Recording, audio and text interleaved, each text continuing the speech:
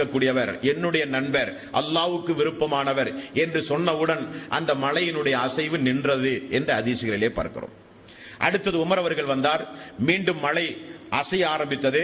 அல்லாஹ்வுடைய ரசூல் ஒரு முன்னறிவிப்பு செய்தார், என்னோடு ஒரு சித்திக் இருக்கிறார், அடுத்து அமர்ந்திருப்பவர் ஒரு ஷஹீத் என்கிறார். ஷஹீத் என்றால் முன்னறிவிப்பு, அவரை மக்கள் கொல்ல போகிறார்கள்.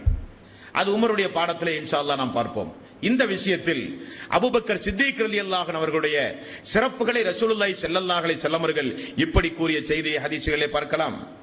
அதே போல ரசூலுல்லாஹி ஸல்லல்லாஹு அலைஹி வஸல்லம் மதீனாவில் ஒரு தோட்டத்தில் ஓய்வெடுப்பதற்காக வேண்டி அமர்ந்து கொண்டிருந்தார். தோட்ட காவலாளியை நியமித்து கொஞ்ச நேரத்தில் அங்குமிங்குமாக விசாரிக்கிறார் அபூபக்கர் சித்திக் ரலியல்லாஹு அன்ஹு அவர்கள். இந்த தோட்டத்தில் இருக்கிறார் என்று செய்தி வருகிறது. தோட்ட காவலாளி இடத்தில் அனுமதி கேட்கிறார்கள். அவர் அல்லாஹ்வுடைய ரசூலிடத்தில் கேட்டுவிட்டு சொல்கிறேன், நில்லுங்கள் என்கிறார். இந்த காவலாளி போய் அபூபக்கர் சித்திக் அவர்கள் வந்திருக்கிறார், உங்களோடு அமர வேண்டுமாம் என்று சொன்னவுடன் ரசூலுல்லாஹி ஸல்லல்லாஹு அலைஹி வஸல்லம் அவர்கள் சொன்ன ஒரு முன்னறிவிப்பு அன்பார்ந்த சொல்களே, அந்த தோட்ட காவலாளியை பார்த்து வந்திருப்பவர் யார் என்றார். அபூபக்கர் சித்திக் அவர்கள். அவரை உள்ளே வர அனுமதி கொடுங்கள், அவர் வருவதற்கு முன்னால் அவரிடத்தில் சொல்லுங்கள், அல்லாஹ் உங்களுக்கு சொர்க்கத்தை தீர்மானித்து விட்டான், நீங்கள் ஒரு சொர்க்கவாசி என்று அவருக்கு ஒரு நற்செய்தி சொல்லுங்கள் என்று ரசூலுல்லாஹி ஸல்லல்லாஹு அலைஹி வஸல்லம் அபூபக்கர் சித்திக் ரலியல்லாஹு அன்ஹு அவர்களை சொர்க்கவாசியாக அல்லாஹ்வுடைய அனுமதியோடு அறிவிப்பு செய்தார்கள். அன்பார்ந்த சகோதரர்களே, அந்த தோழர் போகிறார், அல்லாஹ்வுடைய தூதர் உங்களுக்கு அனுமதி கொடுத்தார், ஆனால் ஒன்று, நீங்கள் சொர்க்கவாசியாம், அல்லாஹ்வுடைய ரசூல் சொன்னார்கள். அந்த மக்களுடைய மனோபாவம், அந்த மக்கள் அல்லாஹ்வுடைய ரசூலோடு வாழ்ந்த காலம், அவர்கள் அந்த மதீனாவிலே நடமாடிய விதம், அப்படியானால் மறுமை நாளில்தான் நன்மை தீமை எடை போட்ட பிறகு நரகம் சொர்க்கம் தீர்மானிக்கப்படும். சொர்க்கத்தில் தான் நாமெல்லாம், யாரெல்லாம் சொர்க்கத்தில் இருக்கிறார்கள், யாரெல்லாம் நரகத்தில் இருக்கிறார்கள், நம்மோடு வாழ்ந்த நண்பர்கள் எத்தனை பேர்கள், நம்முடைய குடும்பங்களிலே யார் யார், நம்முடைய உறவினர்கள் யார், எல்லாம் மறுமை நாளிலே தான் தெரியும். ஆனால் மக்காவிலும் மதீனாவிலும் வாழ்ந்த அந்த மக்கள் எல்லாம் அவர்கள் வாழ்ந்த காலத்திலேயே சொர்க்கவாசிகளோடு வாழ்ந்த மக்கள், அல்லாஹ்வுடைய அனுமதியோடு அல்லாஹ்வுடைய ரசூல் வாக்களித்த, அவர் சொர்க்கவாசி, இவர் சொர்க்கவாசி, அவர் சொர்க்கவாசி, சொர்க்கத்தில் அவருக்கு உன்னதமான இடம்.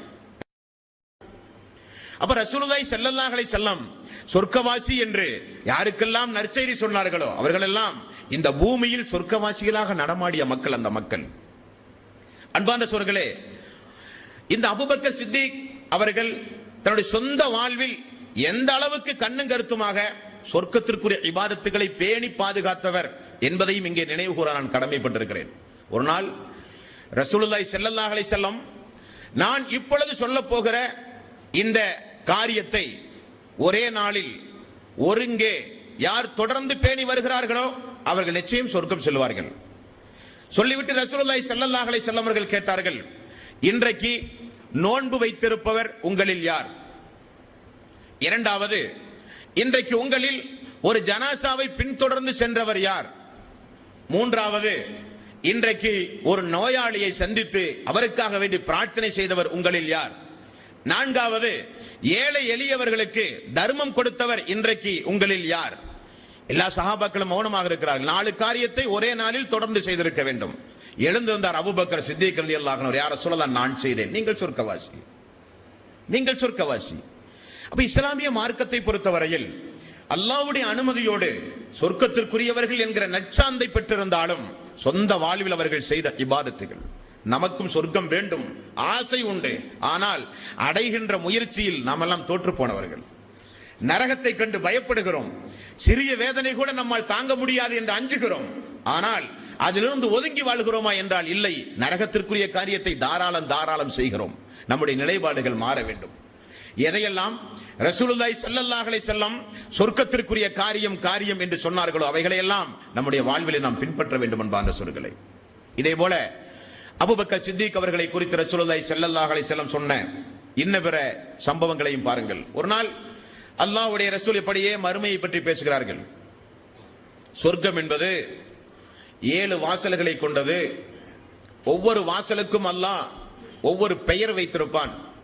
அப்போ ஒவ்வொரு இபாதத்தை சிறப்பாக செய்த, நோன்பை அதிகமாக நோற்ற, ரமலானுடைய நோன்பு, சவ்வாலுடைய நோன்பு, மாதாந்திர நோன்பு, வாராந்திர நோன்பு, எல்லா நோன்புகளையும் நோற்ற அடியான் ரையான் என்கிற வாசல் வழியாக அழைக்கப்படுவான். அப்படி ரசூலுல்லாஹி ஸல்லல்லாஹு அலைஹி வஸல்லம் சொர்க்கத்தினுடைய வாசலுடைய சிறப்புகளை சொல்லிக் கொண்டே இருந்தார்கள். இப்ப அபூபக்கர் சித்திக் ரலியல்லாஹு அன்ஹு அவர்கள் எப்பொழுதும் கொஞ்சம் புத்தி கூர்மையானவர். அவள் எழுந்து, யா ரசூலல்லாஹ், எந்த வாசல் வழியாக வேண்டுமானாலும் நீங்கள் வரலாம் என்று அல்லாஹ் சொல்லுகிற தகுதிக்குரிய மனிதன் யாராவது மறுமையிலே உண்டுமா யா ரசூலல்லாஹ்? என்ன கேள்வி? அந்தந்த பர்டிகுலர் வாசல் வழியாக அல்ல, நீங்கள் எந்த வாசல் வழியாக வேண்டுமானாலும் வரலாம், நீங்கள் அந்த அளவுக்கு என்னிடத்தில் பிரியமானவர் என்று அல்லாஹ் யாரையாவது சொல்லுவானா யா ரசூலல்லாஹ் என்று அபூபக்கர் சித்திக் ரலியல்லாஹு அன்ஹு அவர்கள் எழுந்து கேட்டார்கள். அல்லாஹ்வுடைய ரசூல் சொன்ன பதில், அதில் நீங்களும் ஒருவர் என்பதை மறந்து விட்டீர்களே, அதில் நீங்களும் ஒருவர். இனி அவருடைய பேணுதலான வாழ்வை பாருங்களேன் நண்பார்ந்த சோர்களே. ஒரு நாள் அவரை அழைத்து ஒரு மனிதர் ஒரு விருந்து போடுகிறார். விருந்தை உண்டு விட்டார். விருந்து உண்டு முடித்து அவர் வெளியேறுகிற பொழுது அபூபக்கர் சித்திக் அவர்களை பார்த்து விருந்து கொடுத்தவர் இப்படி சொல்கிறார், நான் உங்களுக்கு ஒரு ஆட்டை அறுத்து விருந்து போட்டேனே, அந்த ஆடு எந்த ஆடு என்று உங்களுக்கு தெரியுமா? தெரியாது.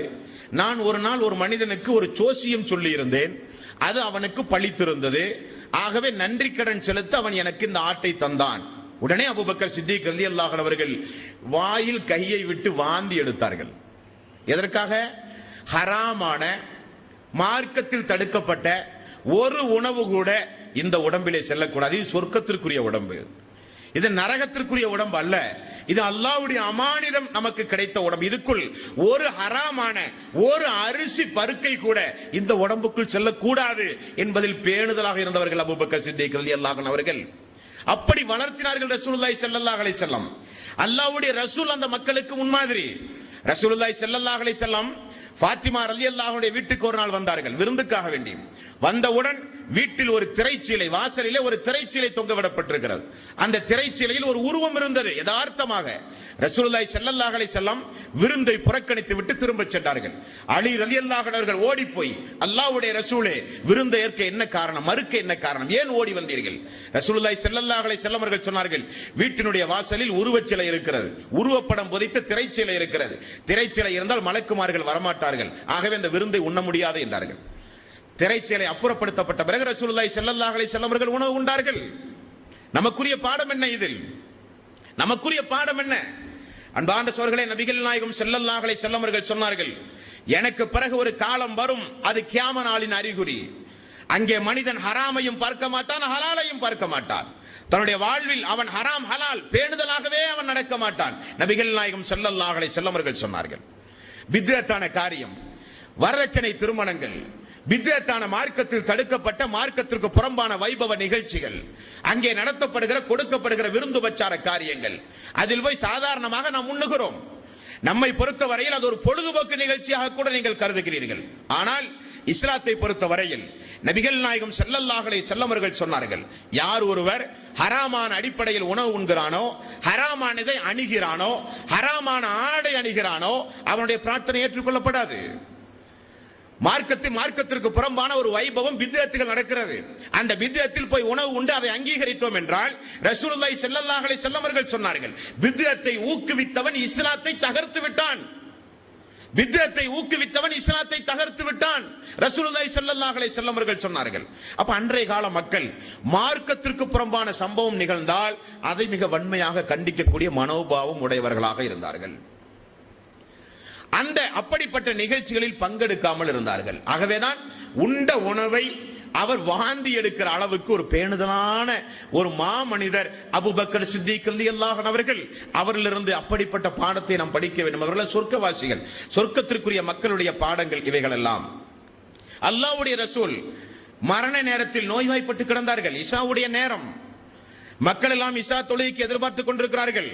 அந்த நேரத்திலும் அல்லாஹ்வுடைய ரசூல் எழுந்து ஒது செய்ய முற்பட்டார். மயக்கம் போட்டு கீழே விழுந்தார். 3 முறை தொடர்ந்து மயக்கமுற்று கீழே விழுந்து இனி நம்மால் மக்களுக்கு தொழுகை நடத்த முடியாது என்கிற நிலை வரும் பொழுது ரசூலுல்லாஹி ஸல்லல்லாஹு அலைஹி வஸல்லம் ஆயிஷா அவர்களை அழைத்து உம்முடைய தந்தையை உடனே வரச் சொல் என்றார்கள். அபூபக்கர் சித்திக் அவர்கள் மக்களுக்கு தொழுகை நடத்த வேண்டும் என்று கடுமையாக உத்தரவு பிறப்பித்தார். அதே போல அபூபக்கர் சித்திக் அவர்கள் 2வது முறையாக மக்களுக்கு தொழுகை நடத்தினார். மக்கள் எல்லாம் தொழுவதை பார்த்து ரசூலுல்லாஹி ஸல்லல்லாஹு அலைஹி வஸல்லம் அவர்கள் வீட்டினுடைய திரைச்சீலையை அகற்றி பார்க்கிறார். மக்கள் ஜமாத்தோடு தொழுகிறார்கள் அபூபக்கர் அவர்களை பின்பற்றி. ஒரே சந்தோஷம். உடனே ஃபضل இப்னு அப்பாஸ், அலி ரலியல்லாஹு அன்ஹு அவர்கள் 2 நபித்தோழர்களையும் ரசூலுல்லாஹி ஸல்லல்லாஹு அலைஹி வஸல்லம் அவர்கள் அழைத்து என்னை பள்ளிக்கு தூக்கி செல்லுங்கள் என்றார்கள். என்னால் நடக்க முடியாது, என்னை பள்ளிக்கு தூக்கி செல்லுங்கள். ஜமாத் நடக்கும்போது வீட்டில் இருக்க முடியாது. எப்பொழுது? நடக்க முடியாத நேரத்தில். ரசூலுல்லாஹி ஸல்லல்லாஹு அலைஹி வஸல்லம் அவர்கள் அமர வைத்து தொழுகை நடத்த அபூபக்கர் பின்னால் வந்தார். ஒரு சம்பவம் உண்டு. அபூபக்கர் சித்திக் ரலியல்லாஹு அன்ஹு அவர்களை அல்லாஹ்வுடைய ரசூல் உயிரோடு வாழும் பொழுது இப்படி முன்னிலைப்படுத்தியதை மக்கள் பார்த்து கொண்டுதான் இருக்கிறார்கள். ஒரு நாள் ஒரு பெண்மணி ரசூலுல்லாஹி ஸல்லல்லாஹு அலைஹி வஸல்லம் இடத்திலே வந்து ஒரு காரியம் குறித்து கேட்டார்கள். அல்லாஹ்வுடைய ரசூல் நாளை வா என்றார்கள். அந்த பெண்மணி திரும்ப கேட்டார், அல்லாஹ்வுடைய ரசூல் நாளை வரும்பொழுது மரணித்து விட்டாலோ, நாளை வரும்பொழுது அல்லாஹ்வுடைய ரசூல் இல்லாமல் போனாலோ நான் என்ன செய்வது என்பதை மனதில் கருத்தில் கொண்டு நாளை நான் வந்து நீங்கள் இல்லாவிட்டால் என்ன செய்வது என்றார்கள். ரசூலுல்லாஹி ஸல்லல்லாஹு அலைஹி வஸல்லம் அடுத்து சொன்ன பதில், நான் இல்லாவிட்டால் உங்களுக்கு அபூபக்கர் உண்டுமே, நான் இல்லாவிட்டால் உங்களுக்கு என்னுடைய தோழர் அபூபக்கர் உண்டுமே என்று நபிகள் நாயகம் ஸல்லல்லாஹு அலைஹி வஸல்லம் அவர்கள் சொன்ன சம்பவத்தை கூட நம்மால் பார்க்க முடிகிறது. இனி அவருடைய தர்ம சிந்தனை, அதற்கு நிறைய உதாரணங்கள் உண்டு. ஒரு உதாரணம், தபூக் போர் நடக்க போகிறது. இந்த தபூர் போருக்காக வேண்டி உங்களால் முடிந்த பொருளாதாரத்தை அல்லாஹ்வுக்காக வேண்டி உதவி செய்யுங்கள் என்று ரசூலுல்லாஹி ஸல்லல்லாஹு அலைஹி வஸல்லம் அவர்கள் கூறினார்கள். அப்பொழுது மக்கள் எல்லாம் பொருளாதாரத்தை கொடுத்து கொண்டிருக்கிற நேரத்தில் உமர் ரலியல்லாஹு அன்ஹு அவர்களுக்கு மட்டும் ஒரு எண்ணம் தோன்றியது. என்ன எண்ணம்? இப்போ அல்லாஹ்வுடைய பாதையில் பொருளாதாரத்தை எடுத்து எல்லோரும் வரப்போகிறார்கள். இந்த நேரத்தில் நம்முடைய பொருளாதாரம் தான் அதிகமாக இருக்க வேண்டும். இந்த விஷயத்தில் அபூபக்கர் அவர்களை கூட நாம் மிஞ்ச வேண்டும் என தீர்மானித்து நேரடியாக உமர் ரலியல்லாஹு அன்ஹு அவர்கள் அவருடைய வீட்டுக்கு செல்கிறார். தன்னுடைய சொத்தை இரண்டாக பிரிக்கிறார். ஒன்று தன்னுடைய மனைவி மக்கள் குடும்பத்திற்கு, இன்னொன்றை எடுத்துக்கொண்டு வரிசையிலே நிற்கிறார்கள். அவருக்கு பின்னால் அபூபக்கர் சித்திக் அவர்கள் கொஞ்ச நேரத்தில் வந்து வரிசையில் நின்றார்கள். ரசூலுல்லாஹி ஸல்லல்லாஹு அலைஹி வஸல்லம் ஒவ்வொரு ஆட்களிடமும் வாங்குகிறார். உமர் அவர்களை பார்த்தால் சொத்து நிறைய வைத்திருக்கிறார், நிறைய தீனார், நிறைய வெள்ளி காசுகள். உமர் அவர்களே, ஏன் இவ்வளவு? உங்களுடைய வீட்டில் ஒன்றும் இல்லையா? யார் ரசூலல்லாஹ்? வீட்டுக்கு சென்றேன், சொத்தை இரண்டாக பிரித்தேன், ஒன்று அல்லாஹ்வுடைய பாதையில், இன்னொன்று எனக்கு. அவருக்கு ஒரே சந்தோஷம். அடுத்தது அபூபக்கர் சித்திக் ரலியல்லாஹு அன்ஹு அவர்கள், அவரும் சிறு தீனாரை கொடுத்தார். தோழரே, உங்களுடைய வீட்டில் என்ன? என்னுடைய வீட்டில் அல்லாஹ்வும் அல்லாஹ்வுடைய ரசூலும் எனக்கு போதும். என்னுடைய வீட்டில் அல்லாஹ் உண்டு, என்னுடைய வீட்டில் அல்லாஹ்வுடைய தூதராக உங்களுடைய நடைமுறை உண்டு, இனி எனக்கு வேறொன்றும் வேண்டாம் என்றார். உமர் ரலியல்லாஹு அன்ஹு அவர்கள் அதிர்ந்து போனார். இனி நம்முடைய வாழ்நாளில் இந்த அபூபக்கரை எந்த வகையிலும் மிஞ்ச முடியாது என்று தீர்மானித்தார். இனி ஒரு சம்பவத்தை சொல்லவா? கேட்டால் நீங்கள் ஆச்சரியப்படுவீர்கள். இது சாத்தியமே இல்லை என்பீர்கள். அப்படிப்பட்ட ஒரு சம்பவம். சுருக்கமாக, ஆயிஷா ரலியல்லாஹு அன்ஹா அவர்கள் மீது ஒரு மோசமான ஒரு அவதூறு சொல்ல ஒரு காலம். ரசூலுல்லாஹி ஸல்லல்லாஹு அலைஹி வஸல்லம் 15 நாள் தேம்பி தேம்பி அழுத ஒரு சந்தர்ப்பம். ஆயிஷா ரலியல்லாஹு அன்ஹா மீது ஒரு அவதூறு சொல்லி அந்த அவதூறு மதீனா முழுக்க யூதர்களால், முனாஃபிக்குகளால் திட்டமிட்டு பரப்பப்பட்டு அதற்கு ஒரு சில நபித்தோழர்களும் பலிகேடானார்கள். இருக்குமோ? அப்படி இருக்குமோ, இப்படி இருக்குமோ, ஏன் இருக்கக்கூடாது, இருந்தால் என்ன தவறு பேச ஆரம்பித்தார்கள். அதில் ஒருவர் மிஸ்தஹ் ரலியல்லாஹு அன்ஹு. இவர் யார் என்றால் பத்ர் போரில் பங்கெடுத்த ஒரு நபித்தோழர். இந்த மிஸ்தஹ் யார் என்றால் அபூபக்கர் சித்திக் ரலியல்லாஹு அன்ஹு அவர்கள் தன்னுடைய சொந்த பணத்தில் அவரை வாழ வைத்துக் கொண்டிருக்கிறார். தன்னுடைய சொந்த பணத்தில் அவருக்கு தேவையான உணவு கொடுத்து அவரை பராமரித்துக் கொண்டிருக்கிறார். அபூபக்கர் சித்திக் அவர்களுக்கு செய்தி வருகிறது, மிஸ்தகும் சேர்ந்து உங்களுடைய மகளின் மீது இப்படி சொல்லுகிறார். யோசித்து பாருங்களேன், நாம இருந்தா விடுவோமா? நம்மிடத்தில் பணிபுரிகிற ஒருவன் இப்படி ஒரு தவறை செய்தால் கூட நம்மால் ஜீரணிக்க முடியாது. பணிபுரிகிறவன், பணிக்காக வேண்டி ஊதியம் வாங்குகிறவன், இது பணி அல்ல, வளர்த்துகிறார். மிஸ்ஸாதை ரசூலுல்லாஹி அபூபக்கர் சித்திக் ரலியல்லாஹு அன்ஹு அவர்கள் கேள்விப்பட்டவுடன் துடியாய் துடித்து போனார். சொன்னார், அல்லாஹ்வின் மீது சத்தியமாக நாளது முதல் உனக்கு ஒரு பைசா கூட தர மாட்டேன், இனி உனக்கு என்னுடைய காசு கிடையாது, ஹராம் என்றார்கள். சொல்லுகிற உரிமை உண்டு. காரணம், பாதிக்கப்பட்டது அவருடைய மகள், அல்லாஹ்வுடைய ரசூலுடைய மனைவி, நமக்கெல்லாம் தாய், இன்னவர மக்களுக்கெல்லாம் தாய், அல்லாஹ்வுடைய ரசூலுடைய மனைவி, சொந்த தோழருடைய மகள். அவரை உடன் இருக்கிற ஒரு மனிதர் இப்படிப்பட்ட ஃபித்னா ஃபசாதில் ஈடுபடுகிறார். அல்லாஹ்வே சத்தியமாக இனி உனக்கு என்னுடைய தர்மம் கிடையாது, பொருளாதாரம் கிடையாது என்கிறார்கள். அல்லாஹ் என்ன செய்கிறான்? இந்த சொர்க்கத்து வாசியை மென்மேலும் அல்லாஹ் தூய்மைப்படுத்த, அவருடைய உள்ளத்தில் இருக்கிற கசடுகளை அகற்ற, எல்லா மக்களுக்கும் அவர் முன்மாதிரியாக திகழ அல்லாஹ் ரப்பல் ஆலமீன் செய்த ஏற்பாடு 24வது அத்தியாயத்தின் 22வது வசனத்தை அல்லாஹ் உடனே இறக்குகிறான். அல்லாஹ் சொல்கிறான், வலா யஅதலில் வலா 22வது வசனம் வலா யஅத்தலி உலில் ஃபضل மின்கும் வஸ்ஸஅத்தி அன் யுது உலில் குர்பா வல் மசாகீன வல் முஹாஜிரின ஃபீ சபீலில்லாஹ். அல்லாஹ்வின் மீது சத்தியமிட்டு உங்களில் இருக்கிற செல்வந்தர்கள் முஹாஜிர்களுக்கோ அன்சாரிகளுக்கோ